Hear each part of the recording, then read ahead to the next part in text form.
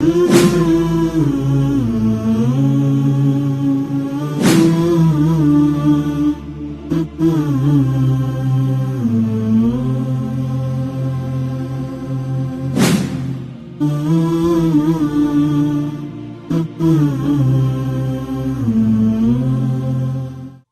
مرنے سے پہلے کئی کربناک بیماریوں میں مبتلا تھا۔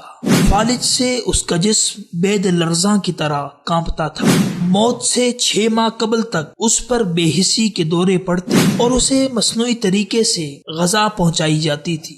پھر دماغ پر ہونے والے فالج کے شدید حملے نے اسے یادداشت اور ہوش و حواس سے بھی محروم کر دیا۔ ڈاکٹروں کی ایک مخصوص ٹیم اس کے علاج کے لیے مستعد رہتی تھی، لیکن کوئی علاج بھی کارگر نہ ہوتا۔ اس کی جماعت نے اس کی اس خطرناک بیماری کو عام کارکنوں سے چھپا رکھا تھا، کیونکہ اس جماعت کے پیشوا نے فالج سے ہونے والی موت کو بہت بری موت قرار دیا تھا۔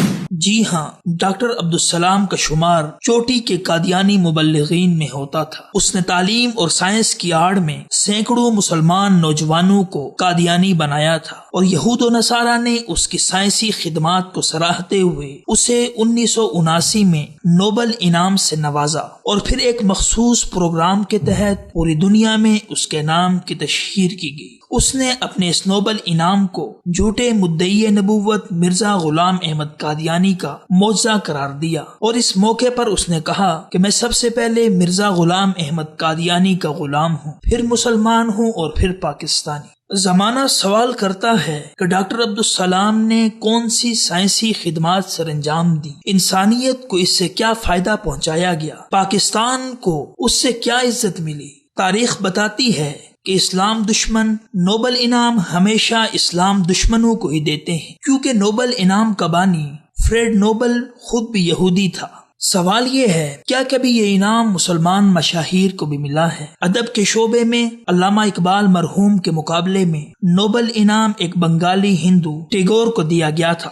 حالانکہ حقیقت تو یہ ہے کہ ٹیگور علامہ اقبال کی خاک کو بھی نہیں پہنچ سکتا۔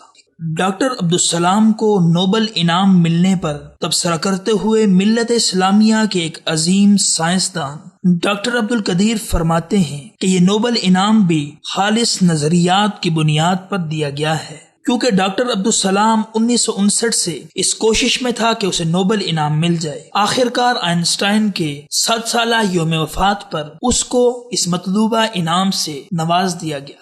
دراصل قادیانیوں کا اسرائیل میں باقاعدہ مشن ہے جو ایک عرصے سے کام کر رہا ہے۔ یہودی چاہتے تھے کہ آئنسٹائن کی برسی پر اپنے ہم خیال لوگوں کو خوش کر دیا جائے، سو ڈاکٹر عبدالسلام کو بھی انعام سے نوازا گیا۔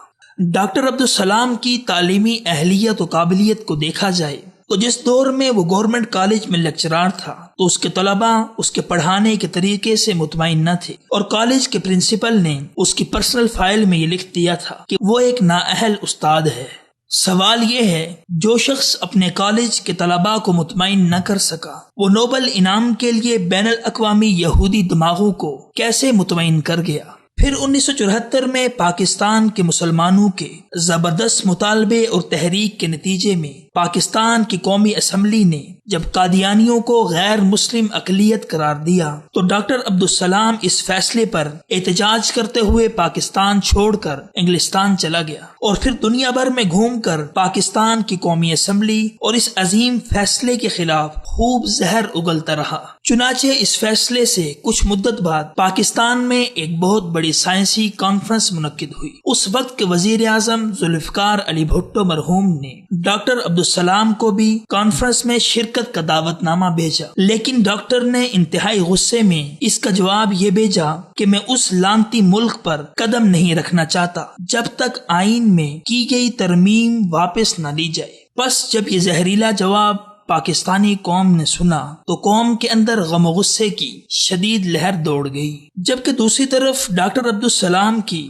بھارت کے سابقہ وزیر اعظم گاندھی سے بڑی دوستی تھی۔ وہ کبھی پوشیدہ اور کبھی اعلانیہ بھارت کا دورہ کرتا۔ بھارت جب بھی کوئی نیا اسلحہ بناتا تو ڈاکٹر ہمیشہ بھارت کو مبارکباد بھیجا کرتا تھا۔ یہی وجہ تھی کہ جب قادیانیوں نے اپنا سالانہ عالمی جلسہ بھارت میں کرنے کا اعلان کیا تو بابری مسجد شہید کرنے والے اور ہزاروں کشمیریوں کا خون پینے والے بھارت نے انہیں اجازت دے دی اور ان کے راستے میں اپنی پلکیں بچھا دی۔ بھارتی ٹی وی اور اخبارات نے قادیانیوں کے ارتدادی پروگرام کو خوب کوریج دی اور پاکستان سے جانے والے ہزاروں قادیانیوں کی واگا بارڈر پر بڑی آؤ بھگت کی گئی۔ انہیں باراتیوں کی طرح قادیان لے جایا گیا اور جلسہ ختم ہونے پر تحائف دے کر بڑی تکریم سے واپس روانہ کیا گیا۔ سوال یہ اٹھتا ہے کہ بھارتیوں اور قادیانیوں میں اتنی محبت کی کیا وجہ ہے؟ اس کی صرف و صرف ایک ہی وجہ ہے اور وہ ہے اسلام اور پاکستان دشمنی۔ یقیناً یہ ایک خطرناک سازش ہے۔ اسی سازش کے تحت اس غدار اسلام، غدار وطن اور غدار ملت اسلامیہ کو سائنسی ہیرو بنا کر اس کا تذکرہ نصابی کتابوں میں شامل کرنے کی کوششیں ہو رہی ہیں۔ یہاں تک کہ کالجوں اور یونیورسٹیوں کی لائبریریوں اور لیبارٹریوں کو اس کے نام سے منسوب کرنے کے لیے دیکھے اور اندیکھے ہاتھ سرگرم عمل ہے۔ بس ایسے وقت میں بیداری امت مسلمہ کی ذمہ داری ہے۔